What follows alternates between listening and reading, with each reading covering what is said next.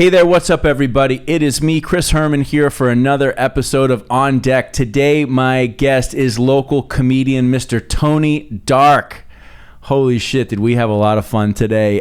Definitely lots of laughs, a lot of good times. Tony's a really, really fantastic comic and also just a really cool human being. Enjoyed talking with him a lot and had a lot of laughs and probably could have kept going for a long, long time. So I know you're going to enjoy this one. Without further ado, here we go, Mr. Tony Dark.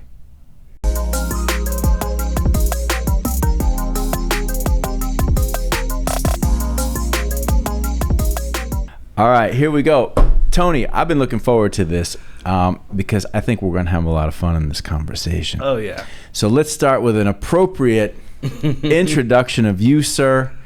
Today, I have the pleasure of sitting with you, Mr. Tony Dark. Yes, sir. Yes, sir. Thank local you for having me. South Florida comedian and performer and promoter. Yeah. But today, I think we're going to dive right into comedy, okay? I'd love that. Is that okay with you? Would you like to talk about comedy? I love talking about comedy. It's legitimately my life. It's my favorite aspect of life. It's the only aspect that I understand and how I literally interact with the world. So yes, I'd love to. Fantastic. Okay, so let's just start. At what point, Tony, when you were a little pup, did you realize that this was something that was part of who you were? Well, the furthest back I can think about when I displayed the infatuation with making people laugh and having that connection with a human being. I was pretty young. I was honestly maybe 5, 6, 7 years old, super young, and I was over at my cousin's house. His name is Oliver. He's a great guy. He's a musician as well, super talented, and he tells me this story all the time. It's interesting, but I always felt like, even back then when I was young, the best way to talk to somebody or get to know somebody was to make them laugh. And if you could do that, then you break down the walls and you have the opportunity to have like a real human experience. And for me, growing up, I always wanted to connect with my older cousins. I was always the young kid. I was really young, you know? My brother, he's about 8 years older than me. So whenever we go over to my cousin's house, I felt a little bit left out of like whenever they're doing things, you know? And that was like the major connection, you know? He told me, he was like, one day he came home late and he was drunk. I didn't notice that he was drunk. Do me a favor. Let's keep this mic a little bit closer so I can hear. Yeah, a little closer. There you go. No problem. Okay. Right. Yeah. There we go. Okay. Yeah. So he came back one night and I guess he was rummaging through the fridge or whatever. And I came by. I was hungry. I was a night owl even then. Went and I was getting some snacks. I ran into him. And I wish I could tell you the exact joke, but I said to something to him that was so funny, he was just dead. He wouldn't stop laughing. And he was like, oh my God, how did you even think of that? And I was really young. I don't even know what I said. It might have been like a little over the top, maybe a little aggressive. I don't know. Whatever it was, it hit the right note for him. And that moment I knew that like, that's my in the door. That's the key to connecting to people. And then past that, I think the only time I ever did comedy before, like I started when I was 24. So I've been doing it for about 3 years now. Okay. But before then, the only experience I had with doing comedy, like in a real setting, was I did a talent show back at Fat Camp. Went to Fat Camp, like, yeah, I've been fat my whole life. It didn't work. Spoiler alert, the Fat Camp did not take.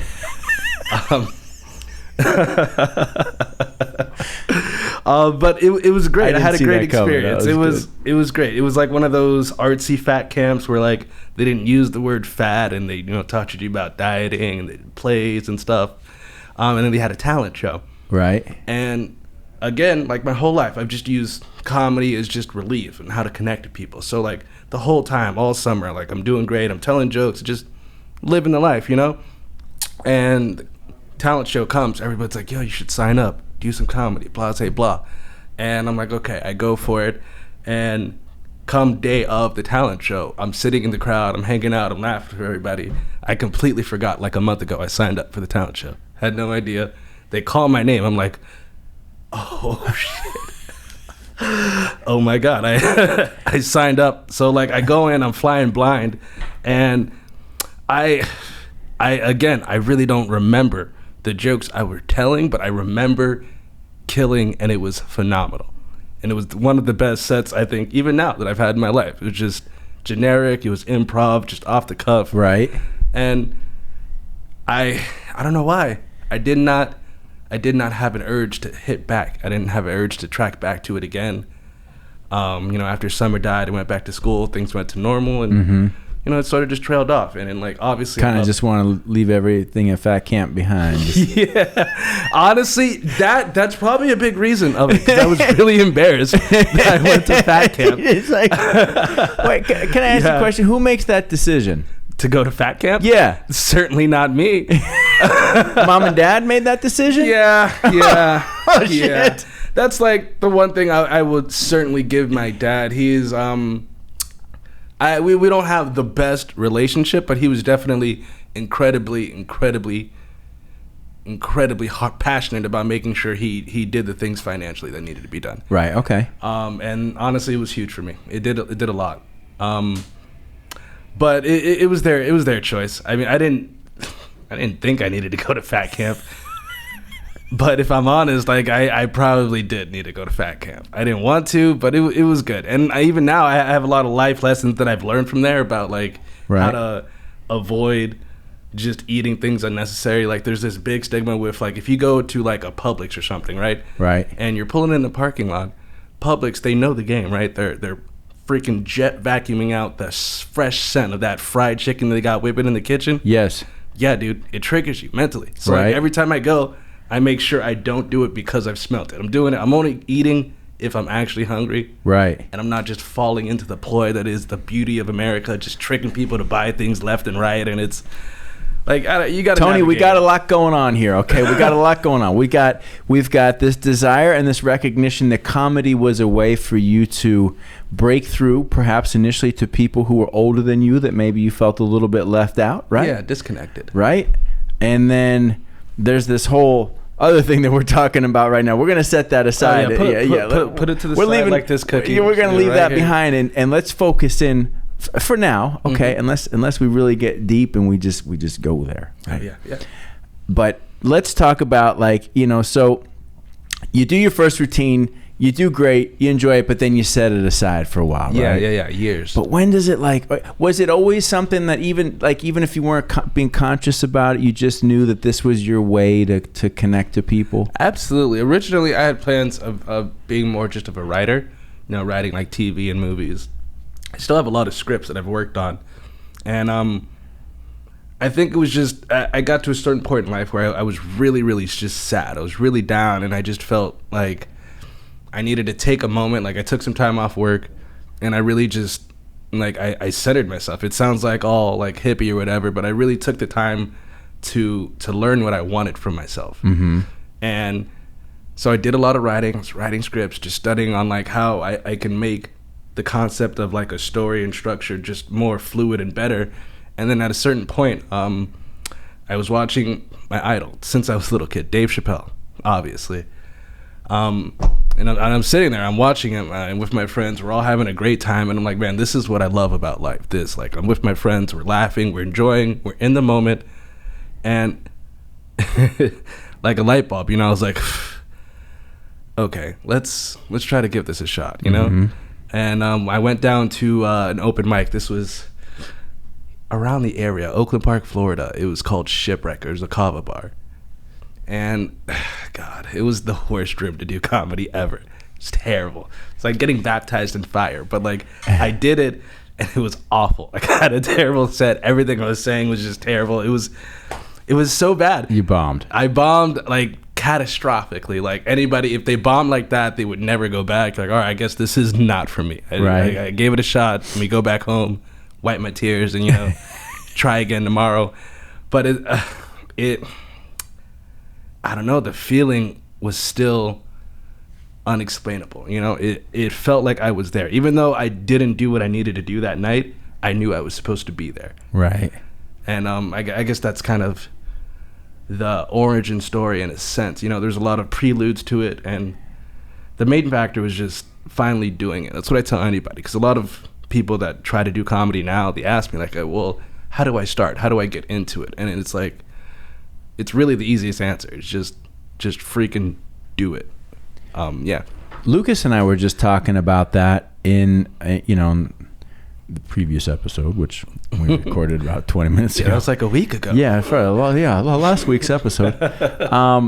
But we were talking about that a lot of people, a lot of performers, whether it's a musician, a singer, comedian, whatever, there's a lot of people that they get to that point where inside they're like, okay, this is something that I want to do, right? But they need that little push or that little encouragement just to say, hey, you just got to go do it. Like, you got to go expose yourself, get over the fear.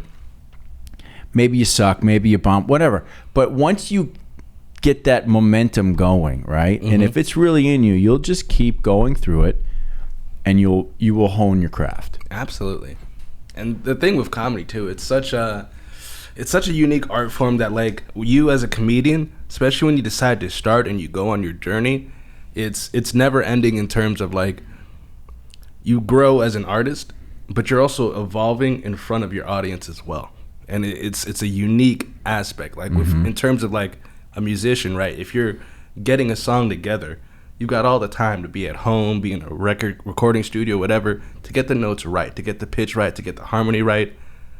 But for comedy, you're doing all of that real time.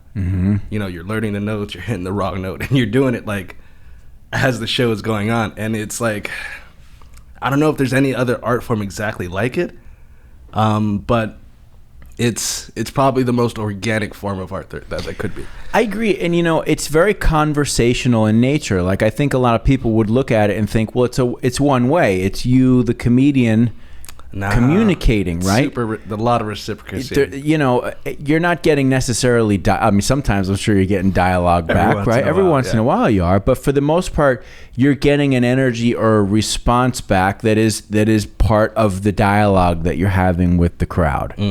And hopefully you're listening to that, you're flowing with that, what you're giving them is feeding back to you, right? And then it gives you that sense of confidence to be able to take some chances, But it's like a dialogue. Yes. In many ways, it's almost like a conversation. Like I said, for me, the biggest factor is finding the elements of the world around me and seeing how I perceive it and just sincerely feeling like people feel the same way. If there's this one note in this entire spaghetti of comical pasta, there's one flavor that we all taste and we're like, oh, that's exactly, I taste that every time, buddy. That's that connection I want from the audience is what I'm looking for every time. Do you draw like when you're writing and working on bits and what have you? Do you draw on like real life experiences and memories, or are you coming up with, or is it like, just observation of the things that are going on around you? For me, it's a combination of both. There's this quote that I like. It says that the truth is stranger than fiction. And I live by that quote because there's so much that happens in my life, and I'm sure other people's lives, that are just, they're good enough to just use. I don't need to make up. I don't really need to make anything up. Like, I could exaggerate a little bit, but the groundwork is is rooted in the truth of things that have happened to me. Like, I have a few risque jokes that, like, people ask me all the time, "Did that really happen?" I'm like, "Yeah, that really happened." It comes from a place of, like, it comes from a place of honesty, man. It comes from a place of experience, and the observational aspect is always awesome. But the, like, topical jokes are, they're amazing, and they're great for that connection aspect, but they don't last, though, right? Like, a topical joke, right, is only going to be good for about a week or a month or so long, whereas some jokes are going to be good for decades to come, So yeah. Well, because I think I've got two lines of thoughts going in my head, so I'm going to go down one or the other. When I think of why I love Dave Chappelle, and the GOAT. He is, and I am no expert on comedy at all. I know what I like, I know what I don't like, but I know that I love Dave Chappelle. And what I like most about him is that he's very conversational in nature, right? Like, it's not bit after bit after bit. I mean, they're bits, right? But they're these sort of long conversational. And some of his greatest stuff is, you can tell he's just getting up and talking, right? Mm-hmm. And so he mixes in some of it very personally reflective experiences that might not be funny at all. Yeah. Right? But he also knows how to throw in just a little something that does make it funny, you know. And he gets a lot of shit for some of his social commentary. Mm-hmm. You know, I'm sorry. I support him. I do too. I agree 100%. And so he goes where you're not supposed to go. You know, he's personal, he's reflective, he shares himself, and he's funny as fuck. And it's just, like, I can watch him over. And in fact, I just realized last time I was going through Netflix, and there's some new thing on Netflix that's like, he was like speaking at his alma mater. Yeah. I haven't watched it yet because I didn't have time last night. But I was like, I didn't even, how did something with Dave Chappelle come out and I haven't heard about it? Because you always hear about it. And I wish Netflix could answer that for me right now, because he's at the top everything. I watch so much Dave Chappelle, and I'm in your boat. I don't know how I didn't hear about it. I found out like a week later. Yeah. I just recently watched it as well. It was it's amazing. We'll get back to it. Okay, so we had a little technical. Our main drive just snapped right when I talked about, you know, this Netflix. I can't fucking talk. This fucking Dave Chappelle Netflix thing slipped out like a silent fart in church. Like they just let it. So hopefully that stitches together. Tom, you'll make sense of that, please. But seriously, like, you know, I guess that's just the world that we're living in right now. Everybody gets so fucking upset about everything. It's just, it's a tough time to be a comedian, right? It's either a tough time or a great time. It's a tough time if you're going to worry, but if you got the fucking balls to just get out there and go for it, then it's kind of a great time. Yeah. Because you can really forge some rough ground. That's exactly why Dave Chappelle's the GOAT, though, right? Because he's hitting the notes that no one is like, yo, it's not worth my career. And Dave Chappelle's like, I wish, I fucking want to see you try, bro. And like, you know, excuse me, did not mean to curse. Sorry about that. Well, no, we can say whatever the fuck we want on here. No fucking way. Fuck yeah. No, seriously. Yeah. Anything. It's wide open. There's no rules here. Oh, fucking awesome. Okay. Yeah. You know, we're not behaving ourselves.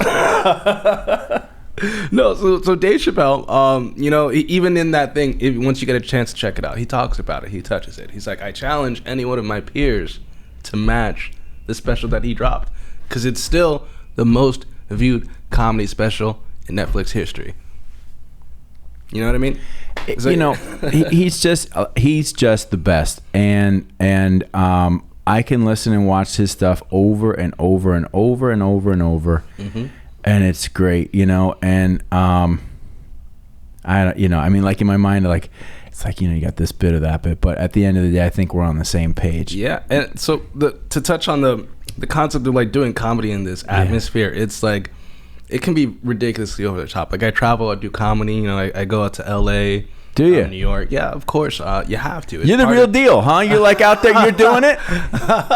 I am trying. I'm in the trenches trying to get up out there. So you have to. Good. Yeah, you got to get everywhere. You have to do it. There's, you know what I mean? It's what I want, so I'm doing it. Also, I want to do it, which is even easier. It makes it a great time. Right.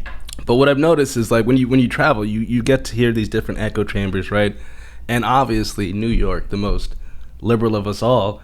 I was working some material out there, and this is one of those jokes where I tell you they come from a real place. Like this really happened to me. This isn't some fabricated story to make you laugh. This is me sharing you this experience and also being like, oh, this is pretty damn funny too. Right. So there's this joke about how would I put it? Essentially, in the joke, I go jogging. I'm running for a jog. And I end up getting tackled by a cop at the end of the jog, right? Okay. And real story. Comes from a real place, obviously. And I went and I did the joke in New York. And the host, she's a white woman. She comes, she pulls me to the side after the bit. And it went well with the crowd, too. And she's like, okay, well, I think, because you familiar with the Ahmaud Broadcherry curse? Where, yes. You know, where he was running and, yeah. So she brought that up. And she was like, well, I think you should bring that up and, you know, cite the case or whatever and let people know you're talking about that. And I pulled it. I was like, well, excuse me, this is nothing to do with him. This is literally me sharing my experience about what happened to me. Right. And I had to like recalibrate her. Like it's just there's such a way of thinking in certain parts of the world where you're so consumed with it, you're blinded by it. You're not even thinking of like, oh, well, maybe this did actually happen to him. Like I shouldn't need to totally explain that to you for you to understand, but it's like, it's never ending. You know, it's too much. It's comedy. You're supposed to sit there and objectively observe it, you know? Was she the owner of the club, or was she what was she? There it was there's this place called the Tiny Cupboard, and she wasn't the owner. There's like a whole freaking large faction of comedians that got that thing running, and she was one of the hosts for the night. Okay, but it's interesting that somebody who you really didn't know felt the need to say, hey, you should recalibrate this story to give it context within what is going on socially now that people would understand and have a better connection to what you're talking about. And you're like, I'm not even what I'm fucking talking about. So dumb. Over the top. And it's just and she was so sure of herself. Right. You know? She was like, listen, listen, let me talk to you. Yeah, I'm gonna tell you how it should be.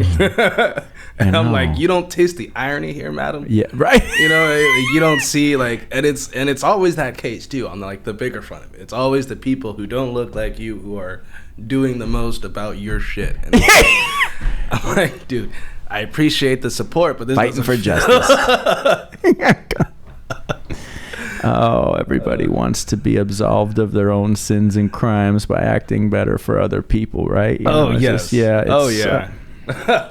even like I talk about it too. There's some comics who you know, they want to be a Bill Burr, right? Bill Burr is a freaking goat. The way he hits his notes are artistic.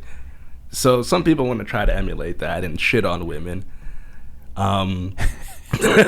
in their material, and it doesn't go so well. And then they try to preface it or post with like, oh, also men are terrible, fuck men, blah blah blah. You know, they try to absolve themselves with the crowd, like have like a 15 fuck men Hail Mary, fuck men, fuck men, fuck men, fuck men, fuck men. Right, and then throw in a little fuck women. Yes. But actually, but that's really what they wanted to say, right? Yeah, and then they don't make it mesh well, you know, and it's.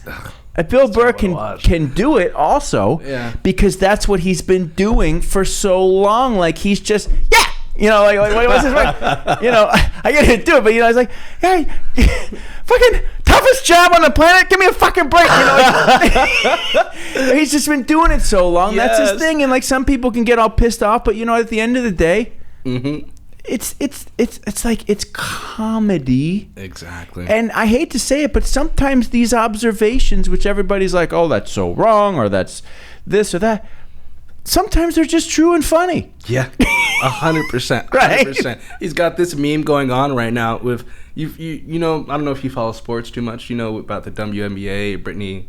Yeah, the one who's held in Russia. Right now. Yeah. So I honestly kind of appreciate like what I feel like I have a comedian where like social thermostats, right? Yeah. I could put my finger in the water and I can kind of tell how people feel about things. Right. And I feel like a lot of people, they're like, oh, if this was LeBron, we would have got LeBron back. And you know what? You're damn right. But it's not LeBron. Right. It's just not. That's the end of it. Like, but he's got this thing in the meme, right? It's been floating, and his quote goes on to say that we've got the WNBA. They lose money every year, and we would expect if we created a whole league for women that the hardcore feminists would be up in those fucking stadiums, filled out, painted out, dripping, screaming, whipping their tits out, going crazy. But they're not. They're just not. They're not. They're expecting. They don't want to watch it either. They're expecting the men to go to all the men's games all season long and the women's games too. Like, guys. Yeah. Like, you know, right. And the internet blew up a flame. Obviously, they're just like, oh my God, Bill Burr hates women. Blah blah blah blah blah. And it's just. it's some of it is just. Dude, it's beyond factually true. And the fact that it's so true is why it's so funny. It's like, why aren't you there? And why is it still our fault? Right. Yeah, right. It's our fault that women aren't supporting the WNBA to the level that men support the NBA. Exactly. Mm-hmm. Still not doing enough. You're never right, bro. It's we love him though. I've got a great partner. She's amazing. You know what I mean? Yeah. I'm married. I've got a wonderful wife. Listen, nothing but respect, but we also got to be able to call out each other's shit from time to time. And it doesn't have to be like so vitriolic or whatever. Like it can sometimes it can just be funny. Yes. And people, they just, for the life of them, they don't want it. They don't want to sit and enjoy a good joke. They want to be upset because that's the only thing that they have the ability to be upset for. Well, it's like in so many cases, it's their entire sense of meaning. Yes, dude, it's kind of embarrassing, right? Why do you not have anything? Even before I started comedy, I felt a large hole. Like I feel with comedy, that is the creamy custard filling into my soul, right? Right. I'm delicious chocolate eclair now. But some people some people are cream pies right now. Right, yeah. I'm a cream pie of a human being, and I'm delicious. Well, and some people are missing their cream filling. And even when I was missing my cream filling, I did not have an urge to seek out all this negative fuckery, dude. Listen, we're living at the most ridiculously convenient time in the history of the world. Everybody's able to sit back on their ass with their device in their hand, be connected to everything that's going on, have an opinion about everything. People work hard, but nobody's working that fucking hard. Not anymore. I started watching none of these fucking Netflix Kingdom kind of shows when people are like 500 years ago are slopping through the mud and just filthy and miserable, and I'm like, oh my God, we have it so easy, right? That's why we fetishize it so much. That's why those shows do so well. It's so true. Because you're sitting on the couch, you're like, oh man, we've come so far. Thank God. Don't know how to survive in those times, right? But now it's like, what do we got? Oh, this is wrong, and that person, these people treat those people wrong, and those people treat those. You know what? Focus on your own shit. Focus on your own shit and the people in your life. That's right. Because if everyone did that, we would all be fucking okay. Right. Yeah. But so many people, like I would raise, it's not even just solely focus on your own shit. I feel like we as human beings have a duty to take care of the people around us. And if more people just tried to just do that, like you're so worried about somebody on the other side of the fucking planet and your cousin is homeless. Yeah. Like, you're a piece of shit. Yeah. Right. I don't understand why you focus on the people in your life where you can legitimately change someone's life in your life and you don't care. Justice for Mars. Fucking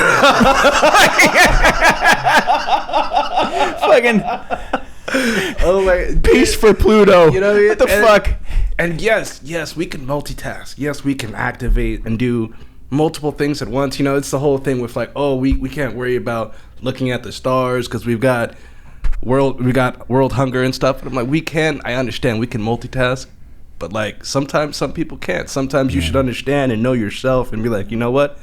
The good that I'm gonna do is just right here. Yeah. And that's okay. Right in my little world, like that's what you can influence. Yeah, nothing wrong with that.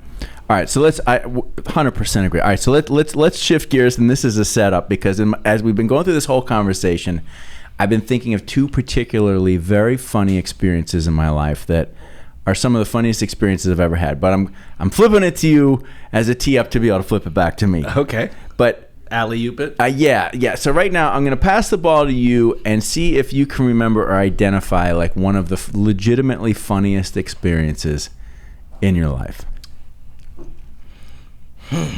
That's a great question. Funniest experiences of my life. Oh man.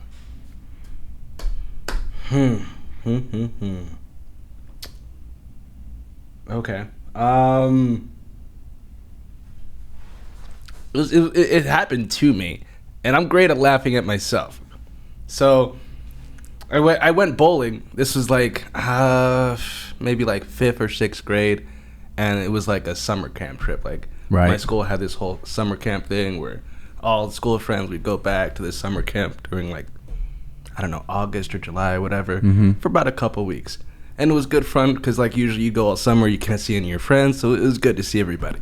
So we go and they had like these major trips. Like you went to, one time we drove up to Disney for a couple nights, or we would just go bowling, or we'd hit the pool, something, summery, whatever. Right. So this time we went bowling, and I have flashbacks every time I go bowling. It shakes me up. I'm like, oh, okay, I hope this doesn't happen. But we go bowling, and I lie to everybody. I'm like, oh yeah, I'm great at bowling. I've been bowling the whole time. I know how to do this thing. So I get the ball, and I try to bowl. It like gets stuck in my hands a little bit, and then like I fling it, and it hops from one lane to the other lane, and I'm like, oh no, oh my god. So I sprint out into the lane to grab the ball.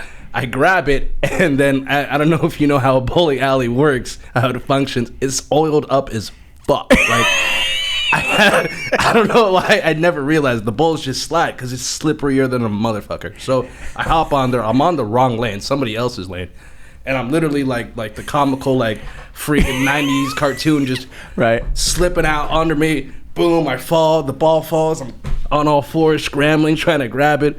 Everybody in the alley's laughing. I'm laughing, and as somebody comes to help me, they escort me off, and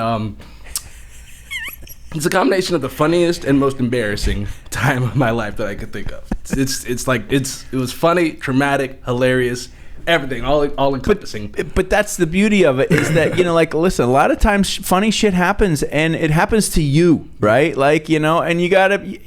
It's embarrassing, but you got to kind of roll with it and see the humor in it because that is funny. Yeah. Right? Yeah. I think that's the like you're out there. It was crazy. I still feel the right straight out of a cartoon, dude.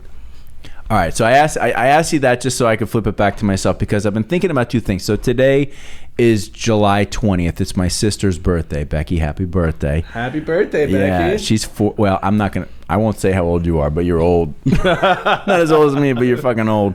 But it reminds me of two experiences that we had. So our granddad, my dad's dad, his name was Conrad, and he was a fucking character. Like after my grandmother died, all of a sudden, like he came down to Miami to live with us. And we realized, holy shit, he is fucking hysterical, right? Not like in a comedy way, but just like in a general like life application way. He was really funny. Yeah. So there's two experiences I can remember. So the one was my granddad, he loved to eat, right? Yeah. Loved to eat. And he always overdid it like at every meal. Like he always overdid it. But one year, my dad and my stepmom had a Thanksgiving dinner. And my dad had his like boss and his boss's wife. There was like 10 of us there, right? And everybody was friendly. It wasn't like a serious like I don't impress the boss situation, but it was still like he's trying to put on a good show of the family at this deal. So we're sitting there and all night long and we're drinking a lot of wine. And my granddad's eating and eating and eating. The whole table, it's like the end of the meal. Everybody's having a fucking great time. And all of a sudden, like, we look and we're like, look at Granddad, and he's like,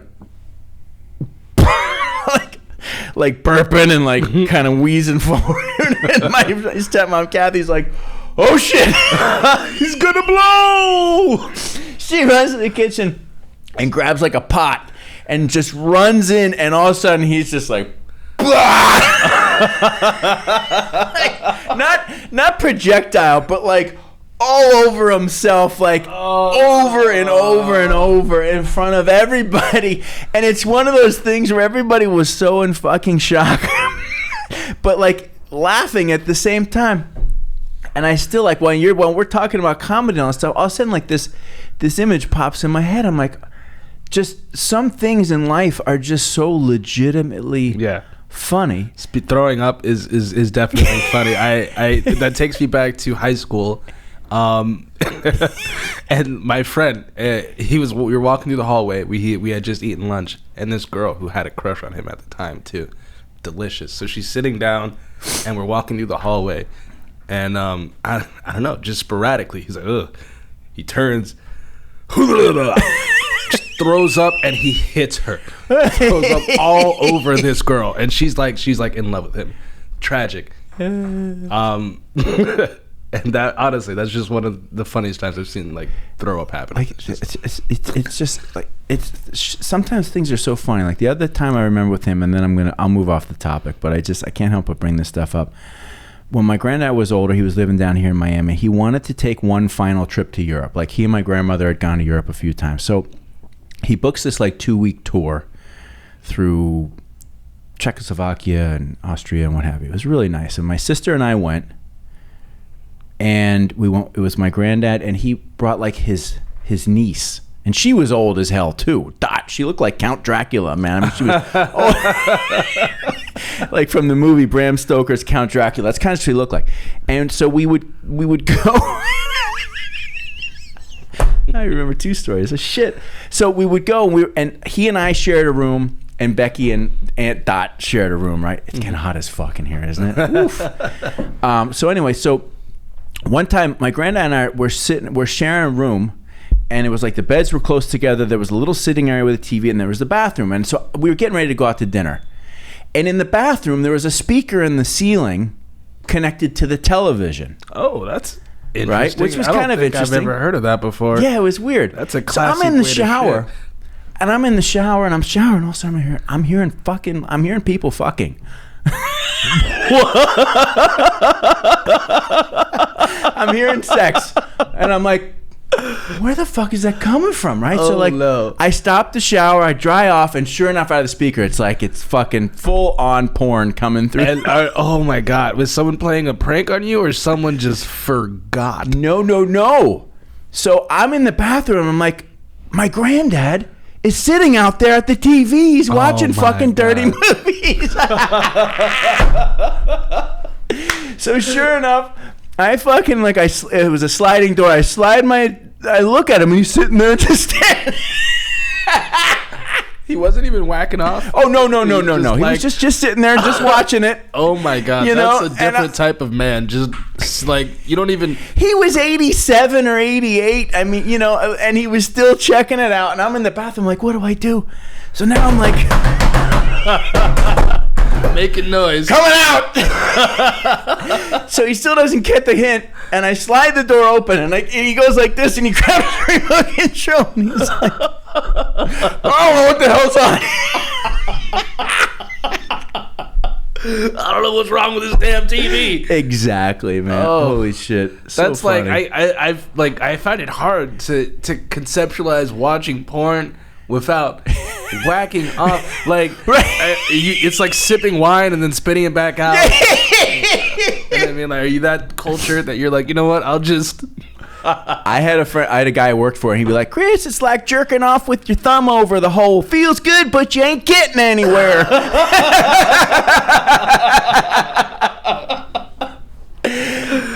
Oh man, yeah. It's an aggressive way to tease yourself. Is he not married? Does he not have a wife that can tease him too? He's not gonna fuck. What's the So funny, man. Yeah, who watches? I'm just gonna watch some pornography. Like you're not even like trying to get horny. You just, you're really watching for the plot line at that point. You're like, is she gonna go get that degree or not? Yeah. Oh, that pizza's gonna be cold in 15 minutes. I don't know if his stepmother's very attractive.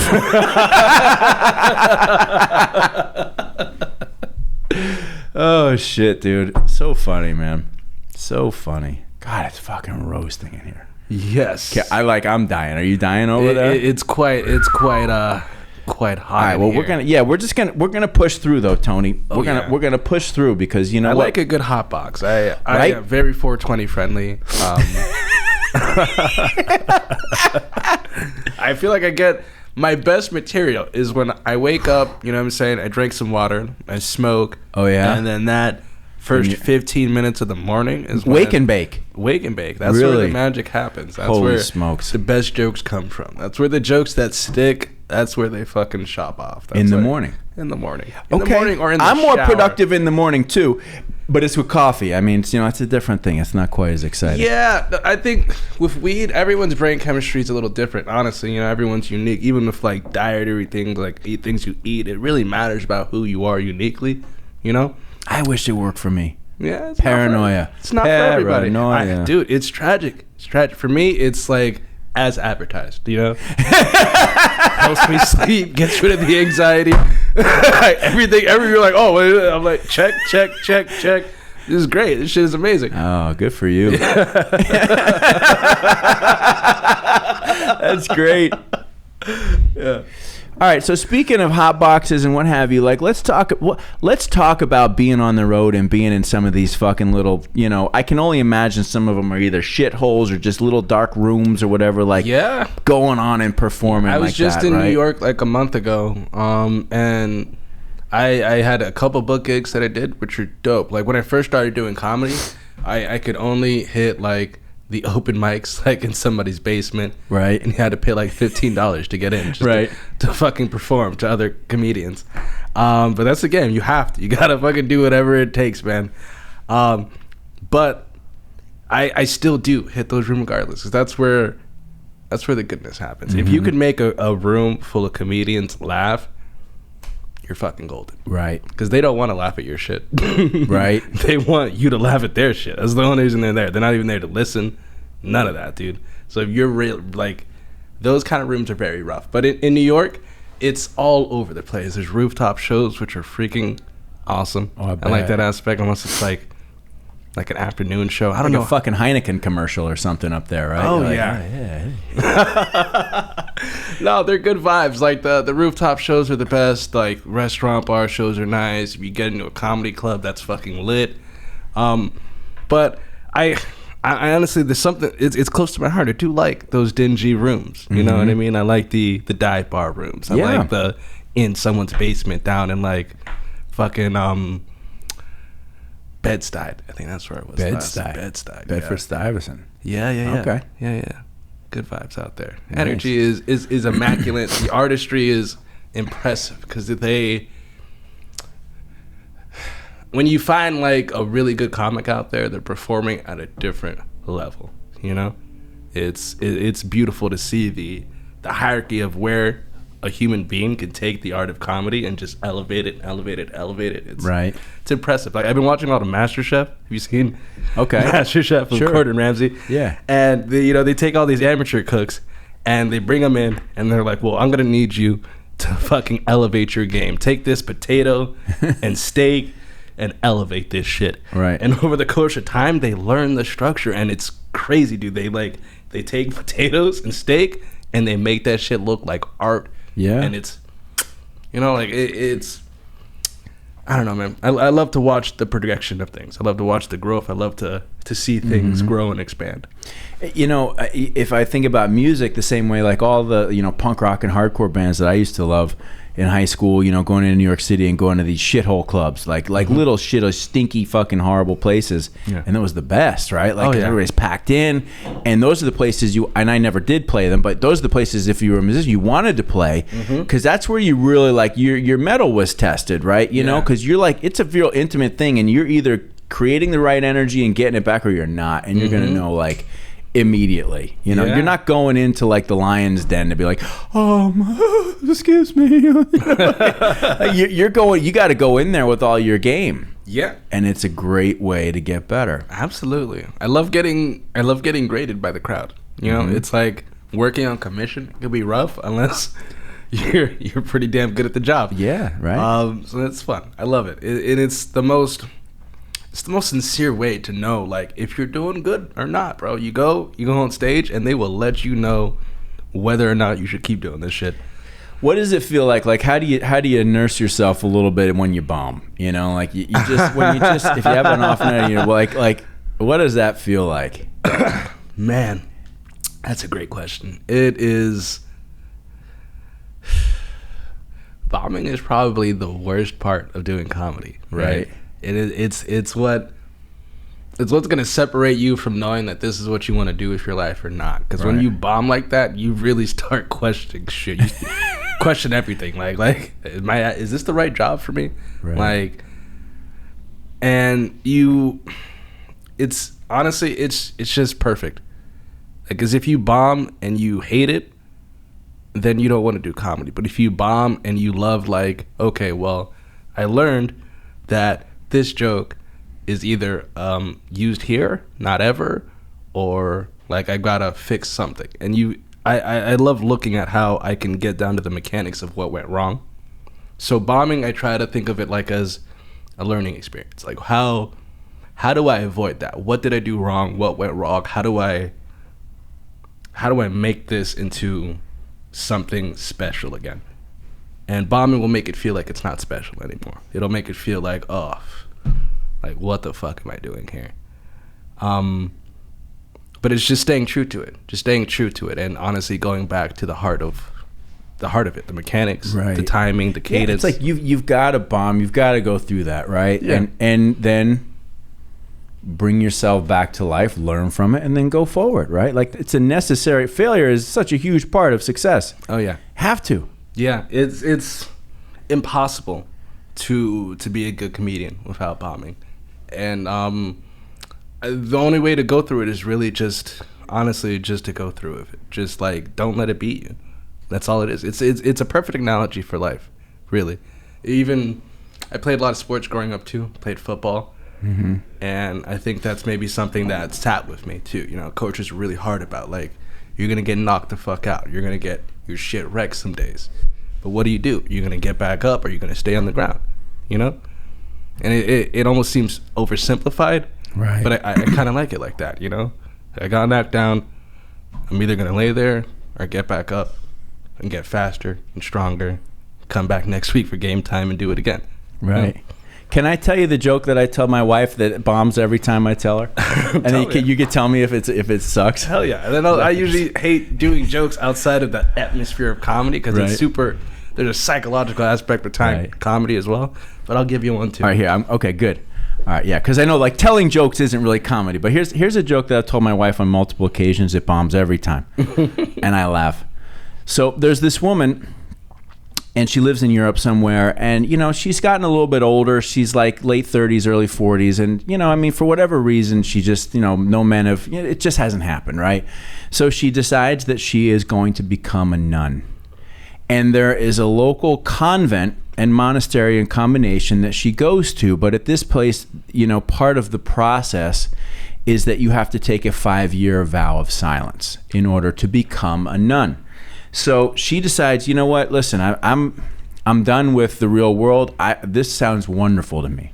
So she goes and she commits herself to this. And the head priest who's in charge of running the place says, okay, it's important that you understand the rules.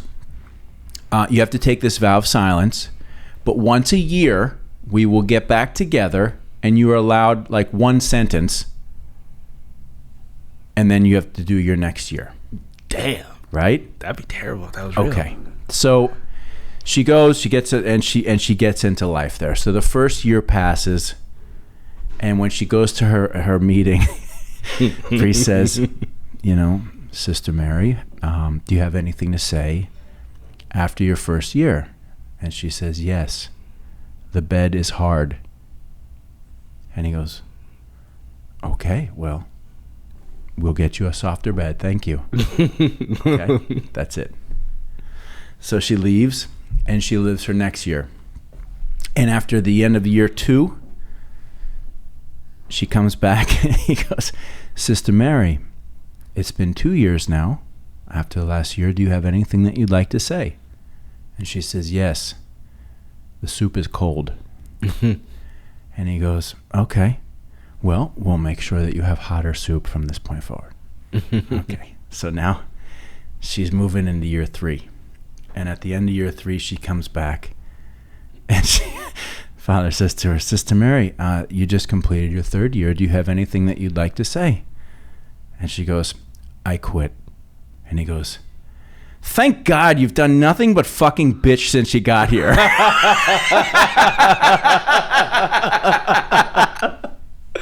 Oh my God. My wife does not think that's funny. I can see why that might not be the perfect note for that. I like that a lot. Yeah. Okay. Okay. I'll give you one. Okay. One of my more OG ones or classic one, I guess. Okay. So I preface the joke. You know, this is a whole section about talking about dating, and I'm single. So, you know, I'm back in there. Like, well, not single right now, but right. I made the material when I was single. Anyway, so I'm single. Blah, say blah. I'm doing my thing. I'm out here in these streets, and I'm dating, and I hear the same thing over and over with the ladies that I happen to have the opportunity to date. They look at me and they say, "Hey, Tony, I really like that thing you got going on there. I like that dad bod." And I look back at him and I tell him, I don't know if this is really a dad bod. I think this is much more of a father figure.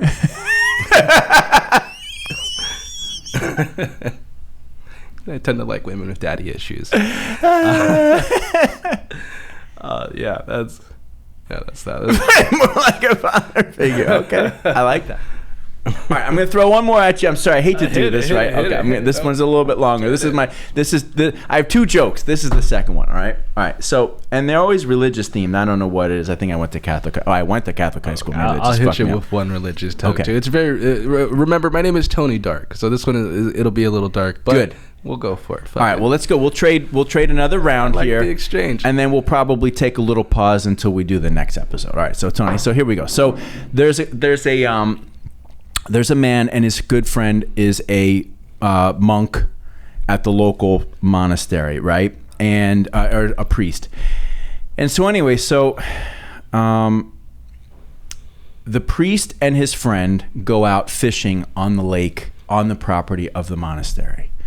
And they've been out there all day, and they haven't caught anything. And the priest and the friend, they've just been hanging, talking. But it's getting to the end of the day. The sun's setting. And the priest looks to his friend. He says, I don't know what's going on, but I just haven't been able to catch anything. I think I'll throw one more line. Just throw one more line. That's a fucking awesome accent, by the way. Sorry to cut you off. That's my priest accent. And so that's what the priest there in my school sounded like. So anyway, he... And you see, perfect, the line over the sun hits the water.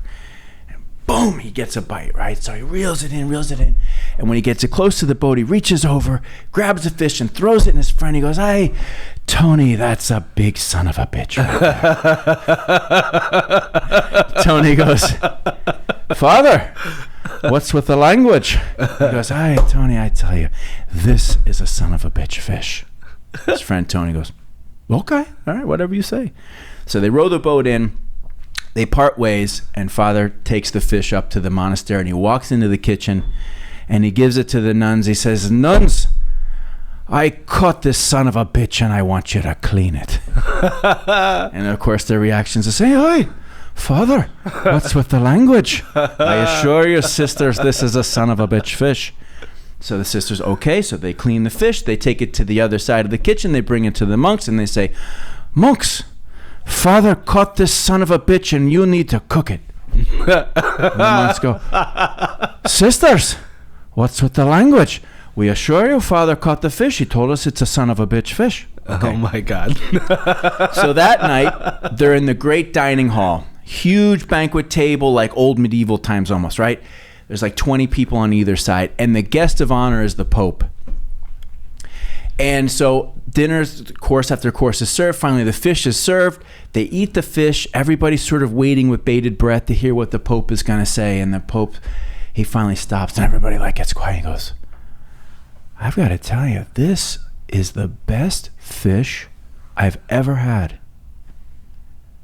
And Father's like, "Well, I caught that son of a bitch." And the nuns go, "We cleaned that son of a bitch." And of course the monks say, "And we cooked that son of a bitch."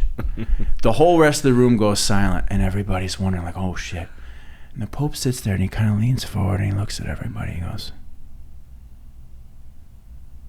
"You fuckers are all right."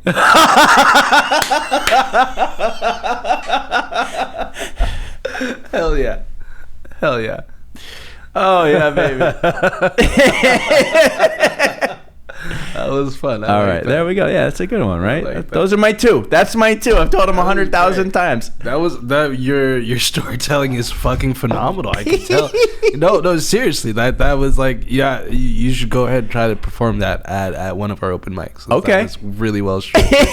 You painted the fuck out of that picture. I was there. I was right there. I was right there in the dining hall. All right, so what do we do this Monday night? Next Monday out at the Tarpon Bend Brewery. Or come out tonight at Tarpon River. Buddy, we're rocking tonight. Oh, shit, you're so right. You're so right. We got our deal going. Yes. All right, I'm volleying it back to you. Oh, okay. Yeah. Okay.